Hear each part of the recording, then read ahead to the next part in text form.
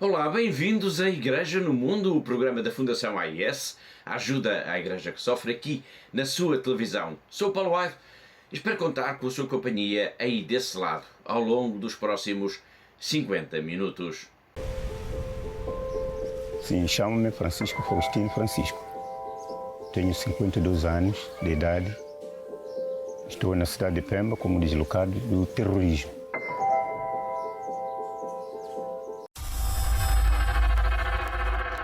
Tem 52 anos, chama-se Francisco e está em Pemba. Só para conhecer esta história vale bem a pena estar aí desse lado. Francisco é um dos quase 1 milhão de deslocados de Cabo Delgado, das vítimas do terrorismo, dos que perderam tudo por causa dos ataques, da violência que desde outubro de 2017 tem fustigado esta região norte de Moçambique. Francisco é também um dos rostos da campanha de Natal da Fundação AIS. Ele é mais, na verdade, do que a sua própria história, porque ele é um símbolo do desespero em que vivem milhares de pessoas, milhares de famílias nesta região. A sua história não nos pode mesmo deixar ficar indiferentes. Para nos falar não só sobre Francisco, mas também sobre esta importante campanha de Natal e também, claro, todas as principais notícias que estão a marcar a atualidade, vamos ter connosco, como habitualmente, a presença da Catarina Martins de Betancourt, que é a diretora da Fundação AIS em Portugal. Olá, Catarina!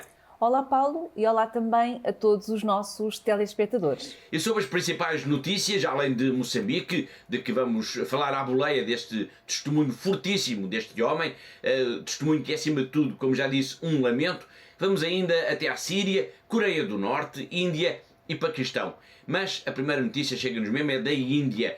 Bom, a aplicação das leis anti-conversão está na origem de ataques cada vez com mais frequência contra os cristãos neste país, e isso é revelado agora também por um relatório da responsabilidade de diversas organizações não governamentais. Aliás, para os mais atentos, já na semana passada nós falámos aqui desta questão, este foi um dos temas em debate, e o facto de voltarmos a falar das leis anti-conversão na Índia revela como este está a ser de facto um dossiê, Catarina, muito importante e muito urgente. Sem dúvida, e nunca é demais falarmos aqui no nosso programa sobre este país, sobre a Índia, porque é de facto um exemplo como as comunidades cristãs são tantas vezes desprezadas sob o olhar da indiferença do mundo.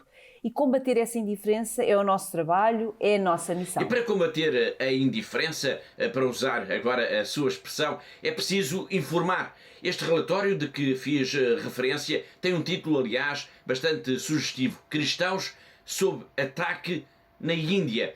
E é, como já disse, o fruto do trabalho da investigação de várias organizações não governamentais. Um dos dados principais que é apresentado neste relatório é, de facto, o aumento considerável da violência contra os cristãos. Sim, e até ao momento, e desde o início de 2021, já foram reportados cerca de 300 de incidentes contra a comunidade cristã. Incidentes que têm, digamos, um responsável principal.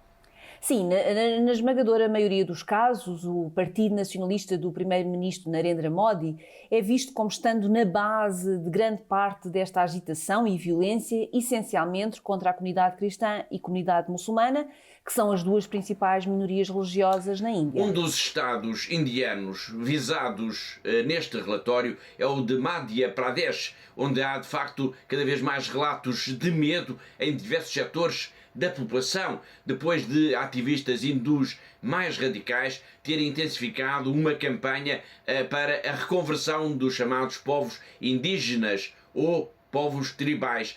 O padre Rocky Sá, que é porta-voz da Diocese de Jabua, comentou este assunto com a Fundação AIS e fala, Catarina, em pessoas assustadas. Sim, em pessoas assustadas à medida que também vai aumentando a pressão para com os cristãos, principalmente os que pertencem às chamadas comunidades tribais e indígenas, para que desistam do cristianismo. Esse é um dado muito importante porque esta é uma região em que os povos indígenas representam, de alguma forma, a maioria da população. Sim, embora neste caso concreto, portanto, neste estado, os cristãos são uma clara minoria, não chegando sequer a cerca de 5% da população. Uma minoria que está debaixo de fogo, por assim dizer. Estamos a falar da Índia, do estado de Madhya Pradesh e nas leis anti-conversão. Mas afinal, Catarina, o que é que dizem estas leis? Bom, neste caso, o governo de Madhya Pradesh apresentou em janeiro deste ano uma lei anti-conversão que prevê penas de prisão até 10 anos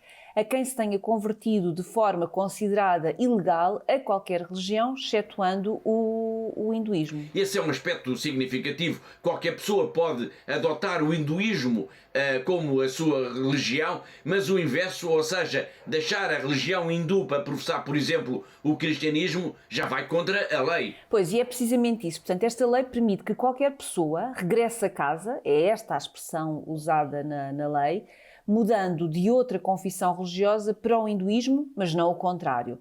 Claro que esta disposição legal é vista como que procurando atingir essencialmente as comunidades cristãs e muçulmanas. Madhya Pradesh é um dos 8 estados da Índia, isto num total de 28, onde as leis anti-conversão estão em vigor. Mas outros estados onde o Partido Nacionalista Hindu Bharatiya Janata está no poder, estão a promover também iniciativas legais neste sentido. Sim, e isso significa que é provável que daqui a algum tempo não estaremos a falar apenas em 8 estados da Índia, onde vigoram estas leis anti-conversão, mas sim de um número significativamente maior.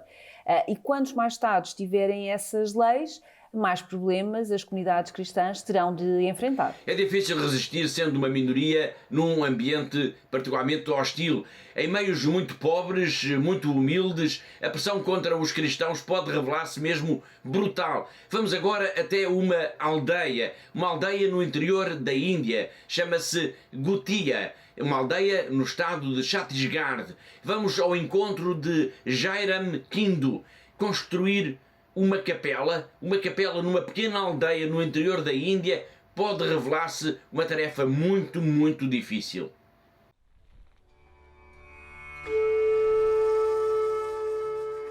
तो हम लोग यहाँ 2005 में हम लोग अपने हिसाब से मिल बैठकर जो हमारे ख्रिस्ती परिवार पहले जो हैं उनको देखकर हम लोग उनका रहन सहन व्यवस्था देखकर उनका पढ़ाई लिखाई बच्चों का देखकर हम लोग सब मिलकर इस संस्था में इस कैथोलिक ईसाई धर्म में हम लोग आने का प्रयास किए हैं।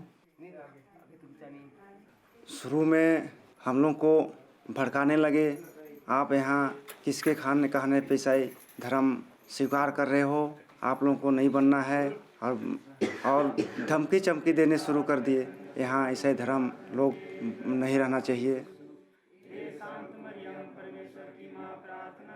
आप सिर्फ एल्बेस्टर लगाने का तैयारी था, और वो चर्च को जिला प्रशासन जो एसडीएम अनुविभागीय अधिकारी होता है उनके आदेशानुसार वो मेरे ऊपर से मुखाग्र आदेश किए। आप 3 दिन का समय दिए मेरे को कि आप वो गिरजाघर जो बनवा रहे उसको गिरवा दो, नहीं तो आपके ऊपर कार्रवाई की जाएगी या जेल भेजा जाएगा। तो अभी हम लोग घर बनाना तो चाह रहे हैं, यदि आप लोगों की तरफ से सहयोग मिले या ना मिले, लेकिन हम लोग घर बनाएंगे, बनाना ही है। हम लोगों के लिए बैठने के लिए एक निश्चित जगह ज़रूरी है। देखिए, गिरजाघर बनने के बाद हमारे समाज एक जो हम लोगों का एकता है वो और ज़्यादा मजबूती सुदृढ़ बनेगा। दूसरे आदमी भी देखकर हमारे साथ जुड़ने का संभावना रहेगा।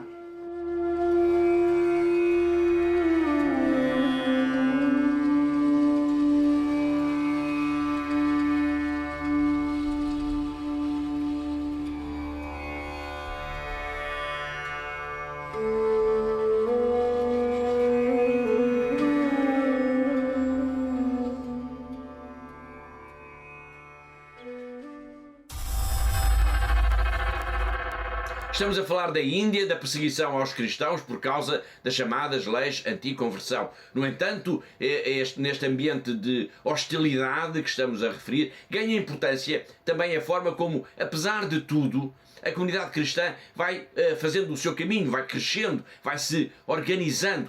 É através das chamadas pequenas comunidades de cristãos que se mantém viva esta fé, e estas pequenas comunidades são exemplo, claro, de coragem para todo o mundo.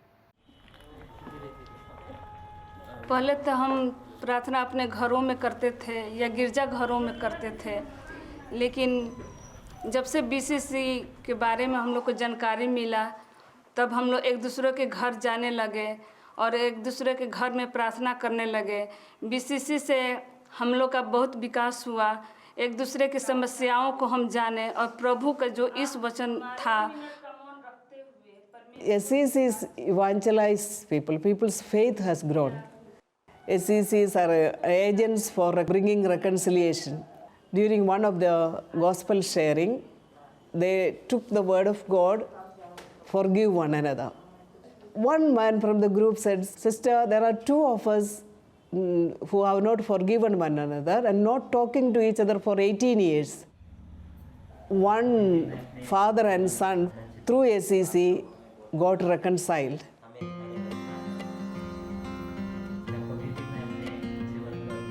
We give training program for couples who are going to get married, and also couples who have married for 5 years, 10 years. We teach the importance of sticking together in suffering, in joys, in difficulties, and how to bring up children.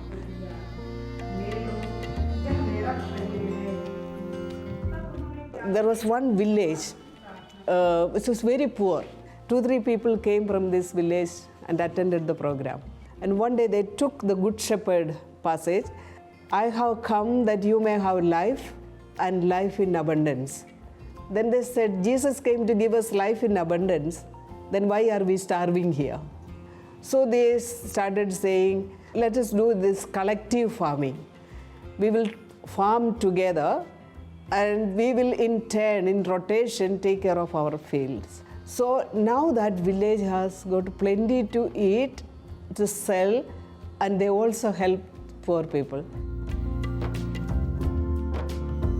There are many examples where I say, Lord, you are here, you have multiplied the little loaves we have.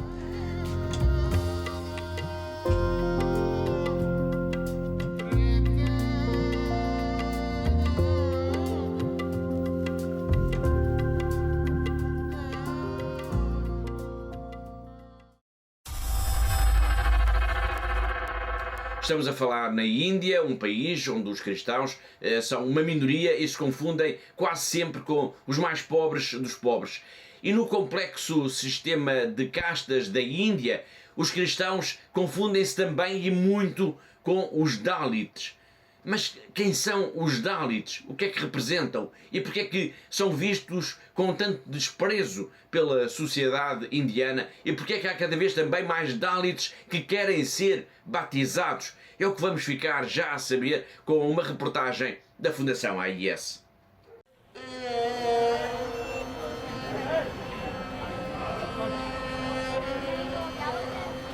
In India, there are 4 castes. The Dalits, they are the lowest people. The meaning is the oppressed people, suppressed people, and neglected people, not considered as a human beings. They all do that menial, what is called the work, which other people they don't do. When an animal dies in a family, they are the ones to take from the village and put somewhere. Or they go for cleaning the bathrooms. That is their work. Plus, they become bonded labor in the villages of the high caste people.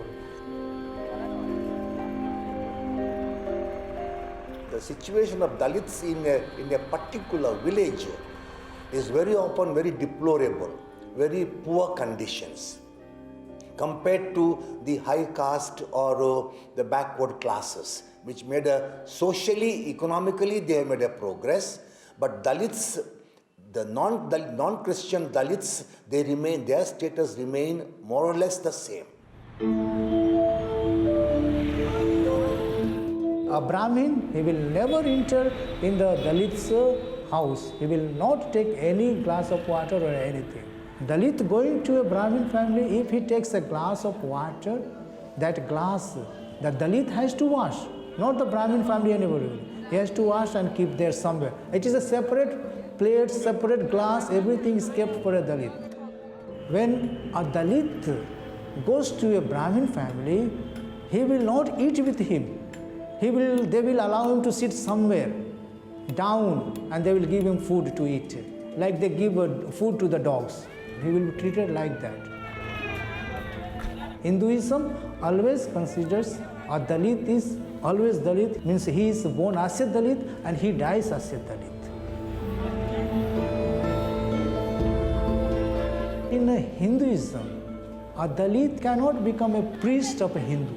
Dalit cannot, they will not allow him. Worship is done by the high caste people. And the Dalits will be standing somewhere in corner. They will not be allowed to come close to where the worship is going on. Because it will be that the feeling is there, untouchability.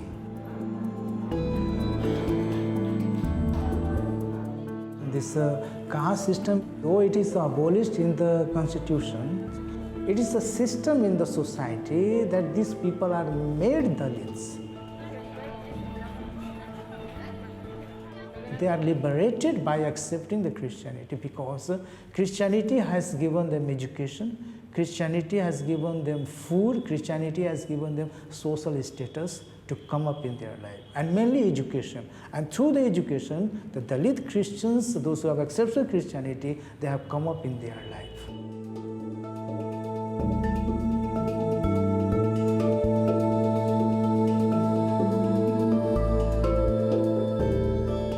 Christianity coming to India, it was a God's blessing that Dalits are liberated and they have recognized their human dignity.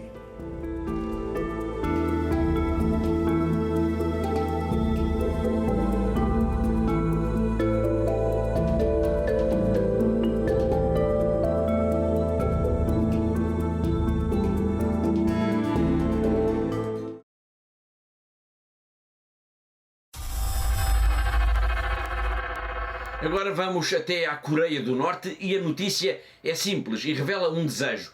Uma visita do Santo Padre a este país será um impulso para a paz em toda a Península Coreana. Quem o disse foi o presidente Moon Jae-in, que é o líder da Coreia do Sul, após o encontro no Vaticano no final do mês passado, em que, Catarina, ele ofereceu ao Papa uma cruz muito especial. Sim, foi sem dúvida uma cruz muito especial, carregada de simbolismo. Portanto, o presidente Moon deu ao Papa uma cruz feita de um pedaço de arame farpado que divide as duas nações. Portanto, e na altura ele explicou ao Papa que a função do arame farpado é precisamente a de evitar que as pessoas cruzem a fronteira entre as duas Coreias. Daí a importância simbólica desta cruz, mas também das palavras do presidente da Coreia do Sul que referimos há pouco. Até porque a questão da visita do Papa à Coreia do Norte já tinha sido até aflorada na primeira vez em que ambos se encontraram. Sim, esta foi a segunda vez que o Papa Francisco esteve com o presidente da Coreia do Sul. O primeiro encontro tinha sido já em 2018. E importa lembrar que um pouco antes dos dois se terem encontrado nessa primeira vez, em 2018, o presidente da Coreia do Sul esteve de visita oficial ao norte, à capital, Pyongyang, e foi aí então que o líder do chamado país mais fechado do mundo manifestou esse desejo inédito de receber o Papa. Bom, mas voltemos agora então a este segundo encontro, há cerca de 2 semanas, no final de outubro, em que o Papa Francisco recebeu a cruz feita com um pedaço do arame farpado que divide as duas Coreias e que faz parte, é importante lembrá-lo, da zona mais militarizada de todo o mundo. Os nossos colegas do Rome Reports têm esta história. The president of South Korea, Moon Jae-in, met with Pope Francis at the Vatican. This is how their meeting began.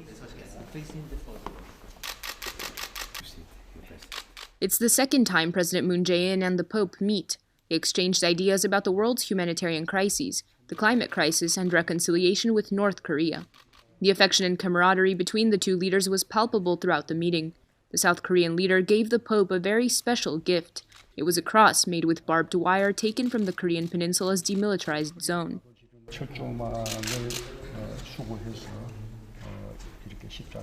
It's one of 136 crosses made from the barbed wire that has separated the two Koreas for the past 68 years. It's a reminder of the drama of war on this peninsula, and which the president accompanied with a short prayer. It was an informal invitation to the Pope to travel to North Korea. Pope Francis, in turn, gave the president this year's message for peace. He said an affectionate goodbye to the president and his wife, Kim Young-suk.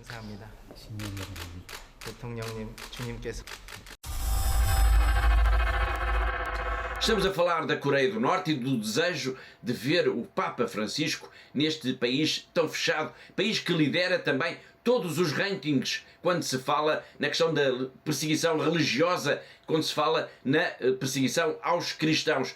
Para se perceber bem a situação em que se encontra atualmente esta península, é preciso recuar até à Guerra da Coreia entre 1950 e 1953, um conflito armado que foi mesmo um dos episódios mais sangrentos da chamada Guerra Fria, quando o mundo estava dividido em dois blocos ideológicos. Sim, portanto, na guerra o regime de Pyongyang foi apoiado principalmente pela China, enquanto que o regime de Seul foi apoiado pelos Estados Unidos. Portanto, os combates, na verdade, nunca chegaram a terminar, pois foram suspensos em 1953, com a assinatura de um armistício que, tecnicamente falando, os países continuam de facto em guerra. A Igreja Católica tem estado particularmente empenhada neste processo de reconciliação na Península Coreana. Sinal disso, em dezembro de 2019, desde dezembro de 2019 até novembro do ano passado, foi celebrada na Coreia do Sul, todos os dias, uma missa pela paz, tendo a Diocese de Pyongyang, que é a capital da Coreia do Norte, sido também, Catarina, oficialmente consagrada a Nossa Senhora de Fátima.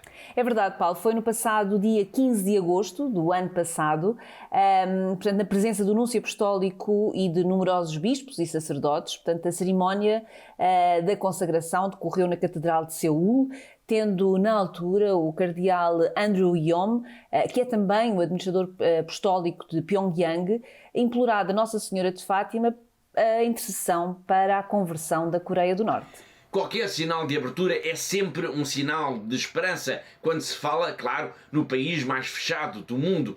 O próprio Papa Francisco saudou, recordemos isso, o então presidente Donald Trump dos Estados Unidos, quando os dois líderes se encontraram por mais uma vez nos últimos anos. Os dois líderes, Donald Trump e o presidente, ou o líder, se quisermos, da Coreia do Norte. Os nossos colegas do Rome Report também fizeram uma reportagem sobre uma dessas ocasiões em que os dois se encontraram. Neste caso foi em junho de 2019.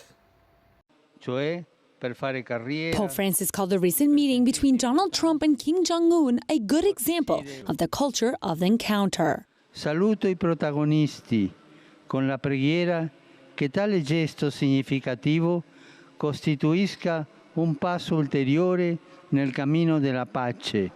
The meeting between the two leaders lowers international tension and raises the possibility of a progressive opening of North Korea to the world.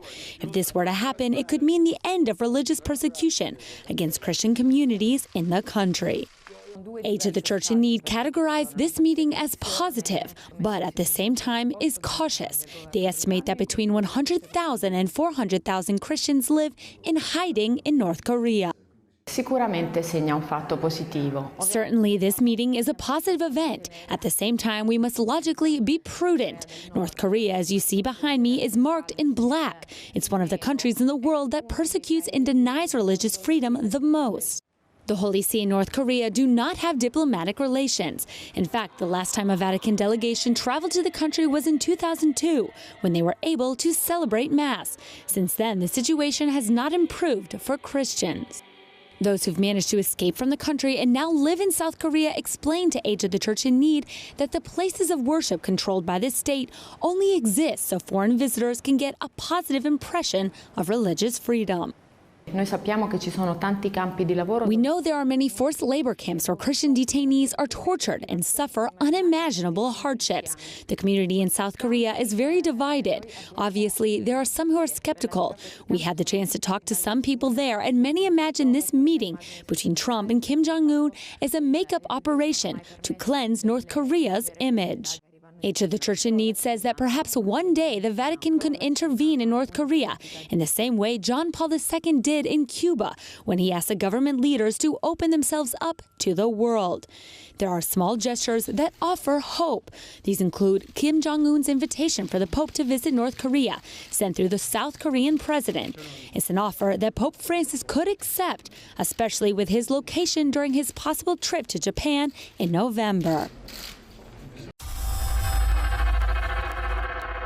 Não é só a Coreia do Norte nem a Índia, de que já aqui falámos hoje, mas sim o Paquistão, de que vamos agora falar, e que também revela como é tão difícil a vida dos cristãos. Neste país, o Paquistão, que faz, aliás, fronteira precisamente com a Índia, os cristãos vivem também tempos muito duros. Fausto Biloslavo é um jornalista italiano, um repórter de guerra muito conhecido no seu país, que tem procurado denunciar ao mundo precisamente a situação terrível em que se encontram os cristãos no Paquistão, principalmente as jovens raparigas cristãs. E porquê? Porque elas são vítimas com muita frequência de situações de sequestro, de violação e muitas vezes são mesmo forçadas a ter de casar com os próprios raptores. Uma situação que só acontece porque os cristãos no Paquistão, tal como na Índia, de que já aqui falámos, são normalmente muito pobres e por serem pobres e serem uma minoria estão praticamente indefesos. E o mundo finge ignorar esta realidade.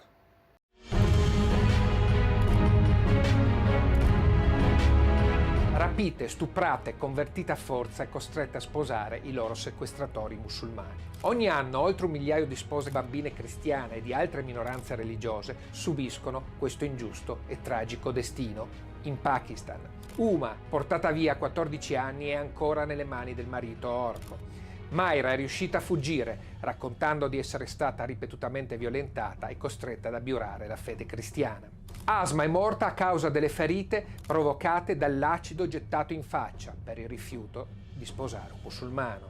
Autorità e tribunali troppo spesso chiudono un occhio o danno ragione agli avvoltoi, come la comunità cristiana chiama gli islamici che rapiscono le spose bambine. L'Occidente politicamente corretto e le eroine di Me Too non si occupano di questi casi troppo lontani dai riflettori di Hollywood. Per questo dobbiamo dare una mano ad aiuto alla Chiesa che soffre, che si batte per le giovani cristiane dimenticate del Pakistan.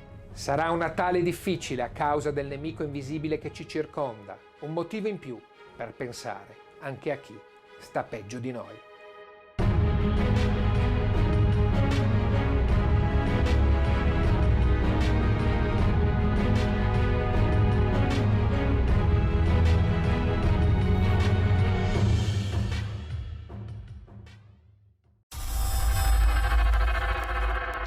Agora vamos ao encontro do nosso correspondente em Macau, o jornalista José Miguel Encarnação, que desde esta diocese tão especial onde se fala e se reza ainda em português, nos dá todas as semanas um olhar também muito especial sobre a vida da Igreja nesta região do globo.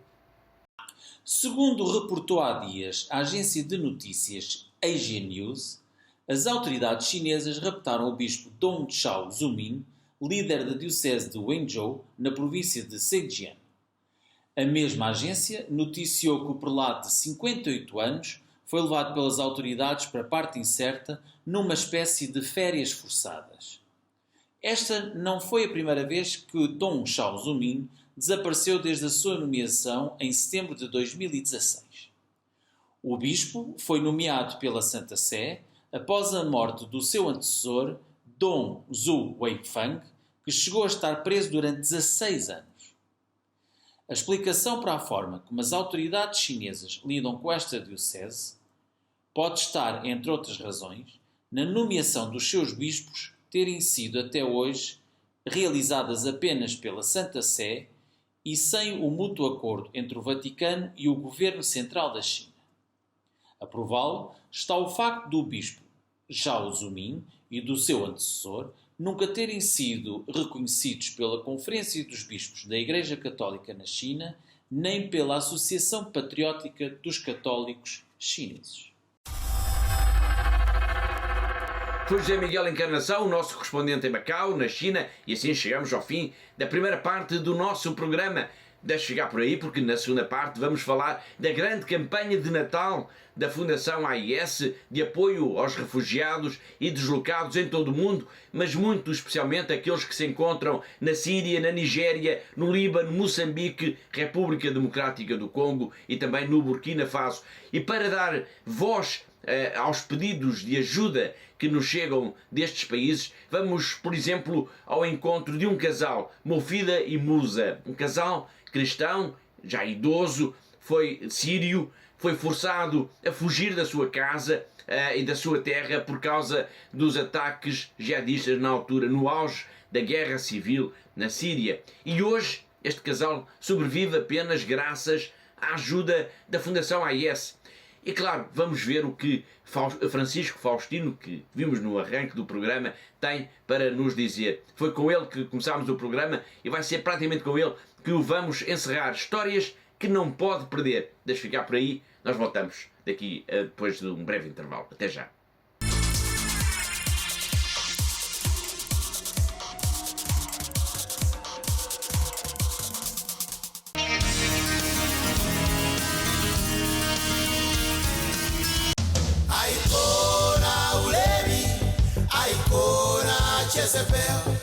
Oh Lord Jesus, help me obey commandment 6. Icona Ulemi, Icona Jezebel. Oh Lord Jesus, help me obey commandment 6. Jesus is the way, Jesus is the truth, Jesus is life, the light in my path. Deliver me from evil, help me overcome. Oh Jesus, oh Jesus, oh Jesus, oh Jesus, yeah. I can say, Jezebel. Oh Lord Jesus, help me obey commandment 6. I can sing, ultimate end will depend on our decision. Choosing truth or not, with its power and precision to set us free, responsibly for the fullness of love to the end. Set me free, yeah. Our ultimate end will depend on our decision. Choosing truth or not, with its power and precision to set us free, responsibly for the fullness of love to the end. Set me free, yeah. Deceit and deception, we need divine protection. Divine protection. Deceit and deception, we need divine protection. Divine protection. Deceit and deception, rescue me. We need divine protection. Divine protection. Deceit and deception, rescue me. We need divine protection. We need divine protection. Oh, Kyrie.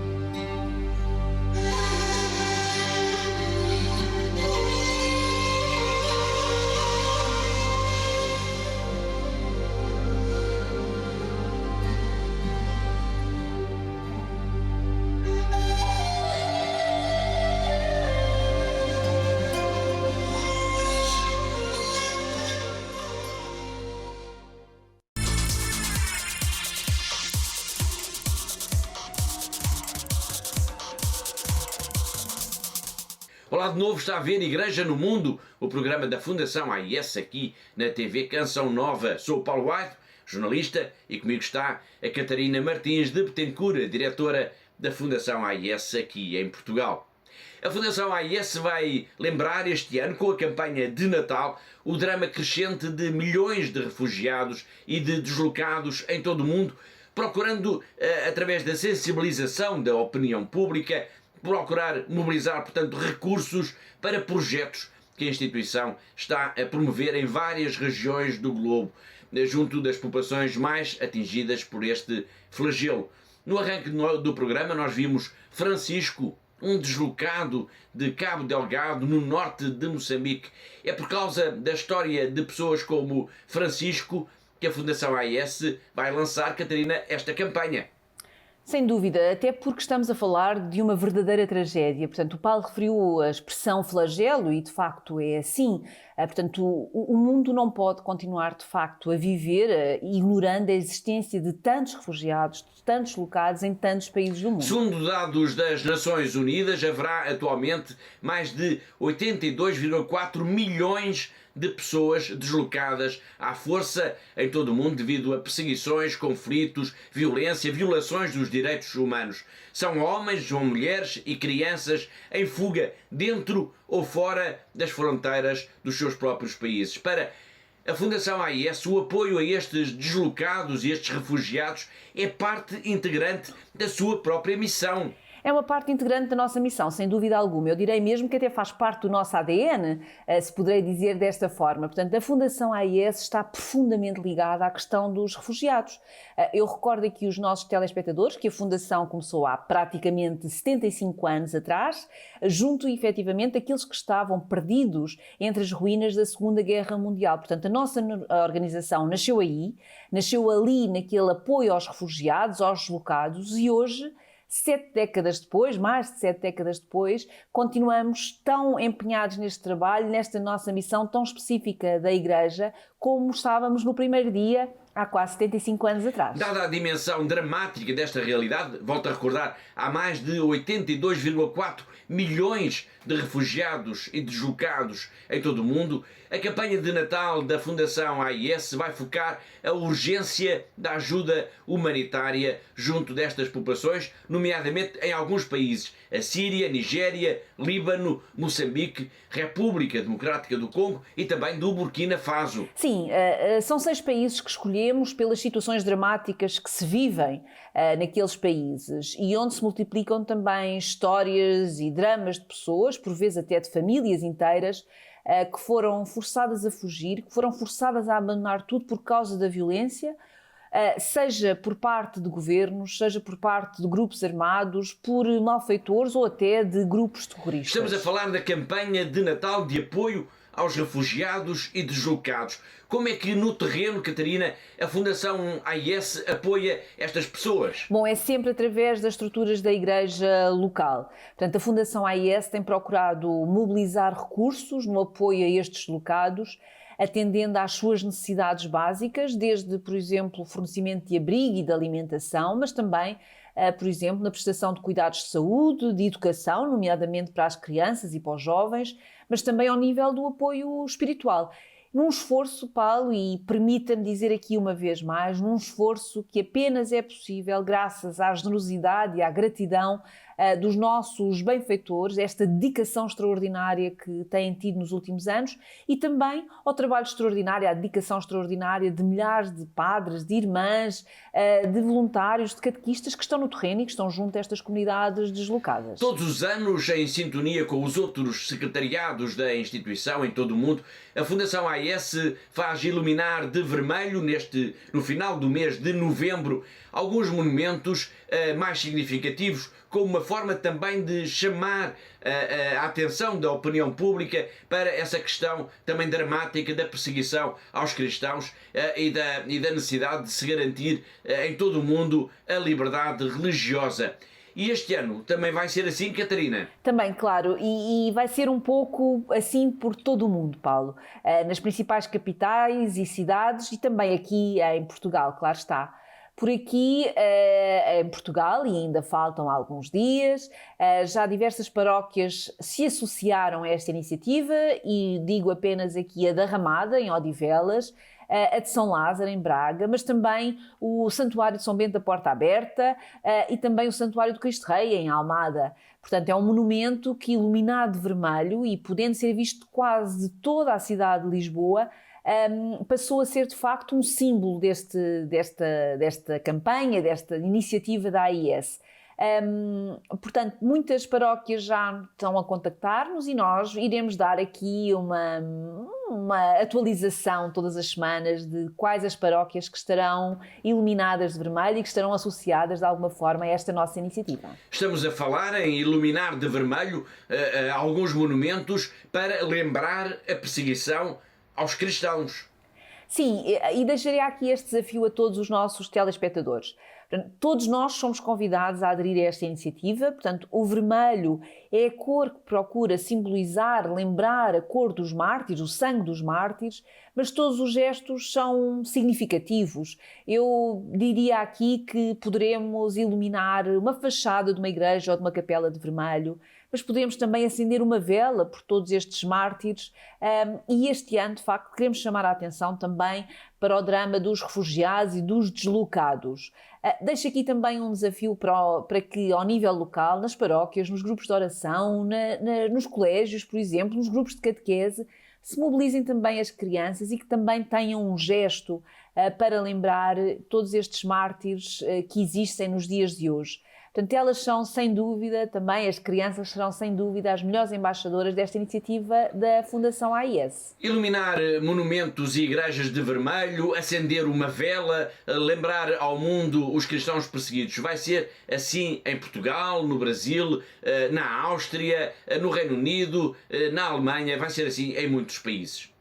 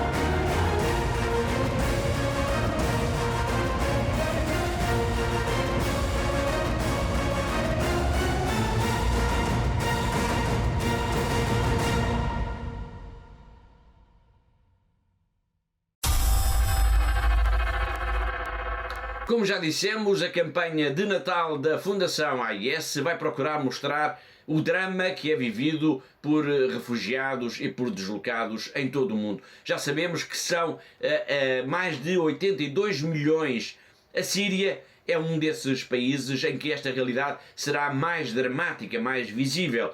Ao fim de uma década de guerra, não haverá provavelmente ninguém na Síria que não saiba o que é ter de fugir, ter perdido a casa, o trabalho, perder entes queridos. Ao fim de uma década de guerra, o sentimento de perda será mesmo provavelmente o mais comum em toda a Síria.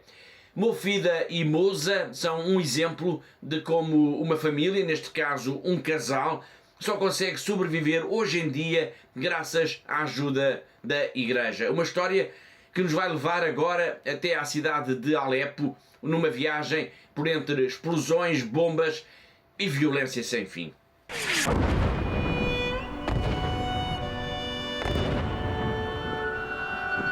أي وقت اللي دخلت هدول الإسلام علينا المسلحين فرضوا علينا هاي دولة إسلامية. ما بصير كنا نروح على الكنيسة، على الباب ما بصير نوقف، على الشباك ما بصير نوقف، يعني ما بصير يشوفونا. وقت اللي اجونا هيك شوي صعب علينا وظالمين هيك، واخذوا رزقنا واخذوا اموالنا واخذوا ذبحنا. جاب سيارة خصوصي وراح إسعاف ممر إنساني. ونحن بهالعمر بهالكبر السن وبهالعمر صرنا نحن نازحين في بلدنا، ولا زال صرنا لاجئين في وطننا في بلدنا. يعني كنا خايفين من حلب لأنه السكان شوي هيك. نحن جينا على حلب مرضنا، ما بقى حسين نطلع. أنا بعد ما جيت لهون هلا صار لي 6 أشهر ما فتحت الباب وطلعت هسه، ما بحسين. ما في عنا معيشة نعيش فيها معنا، ما بيساعدونا. تشكر الله. وكسينة البشارة دائما لطرفنا الحمد لله. أو نحن كلياتنا جوات بيتنا منصلي بيتنا عوشنا، نحضر قداس، بنروح على الصلاة. كل هالشي صار معنا، نحن مؤمنين بربنا. نحن نشكر كنيسة المتألمة اللي عم تدعم كنيسة البشارة، جسد المسيح يلي عم تدعمنا وتعطينا ولنعيش حياتنا. نغفر لمن خطأ وسعى. خليكي ويطول بعمرك.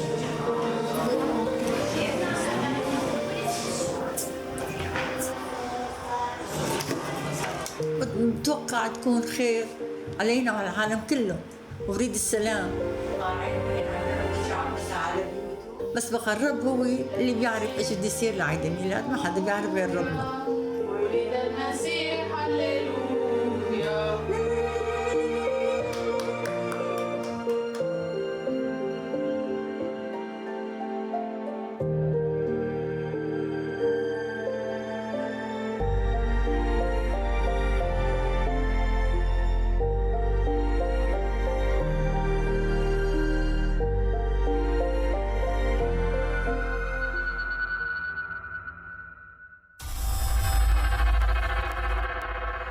No arranque do programa vimos um homem com uma voz pausada a dizer o seu nome e idade. Francisco Faustino, de 52 anos, apresenta-se como um deslocado por causa do terrorismo. Ele está na cidade de Pemba, no norte de Moçambique. Ele é uma das vítimas da violência neste país africano. Ele é também um dos quase 1 milhão de deslocados em Cabo Delgado. Conhecer a sua história é conhecer também um pouco do drama de todas estas pessoas, mas também do esforço da Igreja para as ajudar, para dar a todos eles, a cada um deles, um abrigo, alimentos, medicamentos, roupa. No fundo, dar também que será o mais importante de tudo, esperança. Esperança num futuro melhor.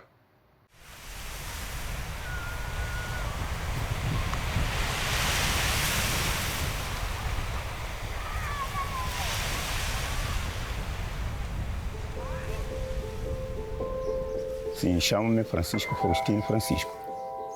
Tenho 52 anos de idade. Estou na cidade de Pemba como deslocado do terrorismo. Desde há 8 meses desde que cheguei, já estou dormindo no quintal, ao ar livre, protegendo-se daqueles plásticos da chuva.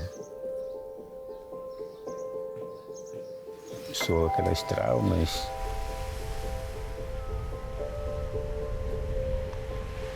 E tivemos o primeiro ataque. Foi no dia 7 de abril de 2020.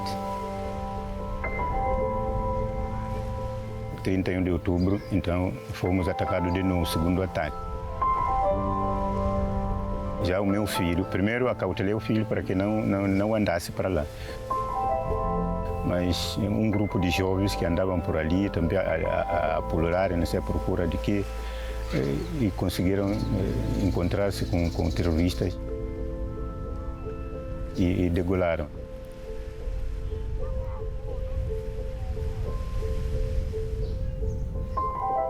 A minha fé ajuda a superar a ter esperança.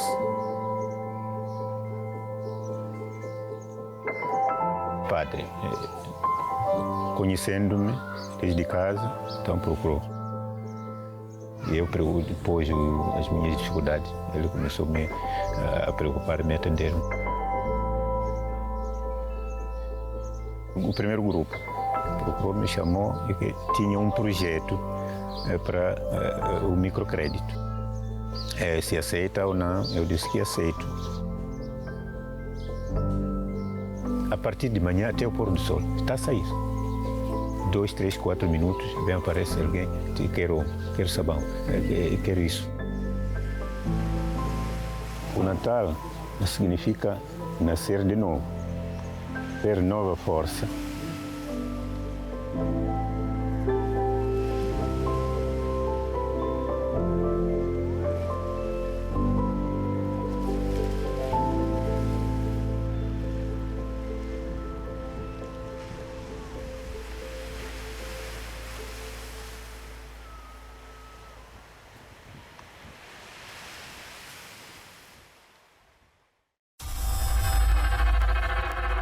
Depois desta história tão forte, tão emocionante e também tão trágica e ao mesmo tempo tão cheia de esperança, estamos a chegar praticamente ao fim do nosso tempo, mas antes vamos ainda até ao Vaticano, porque o Papa Francisco tem uma mensagem para todos nós neste mês de novembro. Uma mensagem em que nos lembra que no corre-corre do dia-a-dia há quem não aguente a pressão, há quem fique de rastos, há quem fique com esgotamentos mentais, emocionais e até físicos. E o Papa Francisco lembra-nos que todos temos de rezar também por aquelas pessoas que sofrem de depressão. La sobrecarga de trabajo, el estrés laboral, hacen que muchas personas experimenten un agotamiento extremo, un agotamiento mental, emocional, afectivo y físico. De ahí la tristeza, la apatía, el cansancio espiritual terminan por dominar la vida de las personas que se ven desbordados por el ritmo de la vida actual.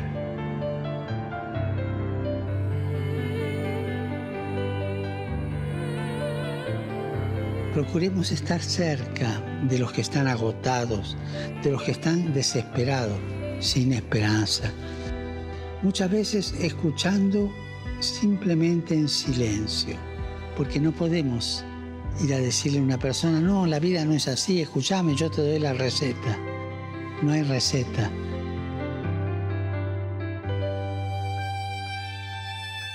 Y además, no olvidemos que junto al imprescindible acompañamiento psicológico, útil y eficaz, las palabras de Jesús también les ayudan. Me viene a la mente y al corazón, venid a mí, todos los que estáis fatigados y sobrecargados, y yo os daré descanso. Recemos para que las personas que sufren de depresión o agotamiento extremo reciban apoyo de todos y reciban una luz que les abra a la vida.